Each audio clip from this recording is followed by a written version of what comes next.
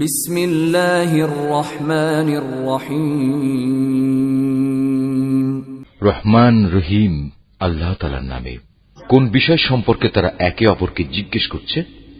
তারা কি সেই গুরুত্বপূর্ণ মহাসংবাদের ব্যাপারেই জিজ্ঞাসাবাদ করছে, যে ব্যাপারে তারা নিজেরাও বিভিন্ন মত পোষণ করে? না, তা আদৌ ঠিক নয়। সঠিক ঘটনা এরা তো অচিরেই জানতে পারবে। আবারও তোমরা শুনে রাখো, কিয়ামত আসবেই এবং অতি সত্বরেই তারা এ সম্পর্কে জানতে পারবে। তোমরা কি আমার সৃষ্টি কৌশল সম্পর্কে ভেবে দেখনি? আমি কি এ ভূমিকে বিছানার মতো করে তৈরি করে রাখিনি? ভূমিকে স্থির রাখার জন্য আমি কি পাহাড় সমূহকে এর গায়ে পেরেকের মতো গেঁড়ে রাখিনি? সৃষ্টির ধারা অব্যাহত রাখার জন্য আমি তোমাদের জোড়ায় জোড়ায় পয়দা করেছি। তোমাদের ঘুমকে আমি শান্তির উপকরণ বানিয়েছি। আমি রাতকে তোমাদের জন্য আবরণ করে দিয়েছি। তার পাশাপাশি দিনগুলোকে জীবিকা অর্জনের জন্য আলোক উজ্জ্বল করে রেখেছি।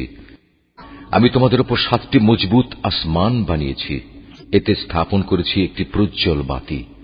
মেঘমালা থেকে আমি বর্ষণ করেছি অবিরাম বৃষ্টিধারা, যেন তা দিয়ে আমি শ্যামল ভূমিতে উৎপাদন করতে পারি নানা রকমের শস্যদানা ও তরিতরকারি এবং সুনিবিড় বাগবাগিচা। সবকিছু শেষে এর সিদ্ধান্তকারী একটি দিনও সুনির্দিষ্ট করে রাখা হয়েছে, যেদিন সিঙায় ফু দেয়া হবে। প্রলয়ঙ্করী ফুঁর সাথে সাথে তোমরা দলে দলে আসবে, যখন আসমান খুলে দেয়া হবে এবং তা অনেকগুলো খোলা দরজায় পরিণত হয়ে যাবে। পর্বতমালাকে সরিয়ে দেয়া হবে এবং তা মরীচিকার মতো হয়ে যাবে। নিশ্চয়ই জাহান্নাম পাপীদের জন্য এক গোপন ফাঁদ। বিদ্রোহীদের জন্য তা হবে নিকৃষ্টতম আবাসস্থল। সেখানে তারা কালের পর কাল ধরে পড়ে থাকবে। সেখানে তারা কোনো ঠান্ডা ও পানীয় জাতের কিছু স্বাদ ভোগ করবে না। সেখানে ফুটন্ত পানি, পুঁজ, দুর্গন্ধময় রক্ত, ক্ষত ছাড়া ভিন্ন কিছুই থাকবে না। এ হচ্ছে তাদের যথাযথ প্রতিফল। কারণ এরা হিসাব নিকাশের দিন থেকে কিছুই আশা করেনি, বরং তারা আমার নিদর্শনসমূহকে মিথ্যা প্রতিপন্ন করেছে। আমি তো তাদের যাবতীয় কর্মকাণ্ডের রেকর্ড সংরক্ষণ করে রেখেছি। অতএব তোমরা আযাব উপভোগ করতে থাকো। আজ আমি তোমাদের জন্য শাস্তির মাত্রা বৃদ্ধি করেই দেব। অপরদিকে পরহেজগার লোকদের জন্য রয়েছে পরম সাফল্য। তা হচ্ছে সুসজ্জিত বাগ বাগিচা, আঙুর ফলের সমারোহ। আরও রয়েছে পূর্ণ যৌবনা সমবয়সী সুন্দরী তরুণী এবং উপচে পড়া পান পাত্র। এখানে তারা কোনো বাজে কথা ও মিথ্যা শুনতে পাবে না।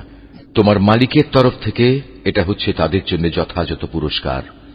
এ পুরস্কার তাঁর, যিনি আসমান সমূহ, জমিন ও এদের উভয়ের মাঝখানে যা কিছু আছে তার মালিক দয়াময় আল্লাহ তাআলা। তার সামনে কেউই কথা বলার ক্ষমতা রাখে না। সেদিন পরাক্রমশালী মালিকের সামনে জিব্রাইল, রূহ ও অন্যান্য ফেরেশতারা সারিবদ্ধভাবে দাঁড়িয়ে থাকবে। করুণাময় আল্লাহ তাআলা যাদের অনুমতি দেবেন, তারা ছাড়া সেদিন অন্য কেউই কথা বলতে পারবে না। এবং সে অনুমতিপ্রাপ্ত ব্যক্তিও যখন বলবে, তখন সঠিক কথাই বলবে। এদিনটি সত্য, তাই কেউ ইচ্ছা করলে এখনো নিজের মালিকের কাছে নিজের জন্য একটা আশ্রয় খুঁজে নিতে পারে। আমি আসন্ন আযাব সম্পর্কে তোমাদের সতর্ক করে দিলাম। সেদিন মানুষ দেখতে পাবে তার হাত দুটি এদিনের জন্য কি কি জিনিস পাঠিয়েছে। এদিনকে অস্বীকারী ব্যক্তি তখন বলে উঠবে, ধিক এমনই এক জীবনের জন্য। হায়, কত ভালো হতো যদি মানুষ না হয়ে আমি আজ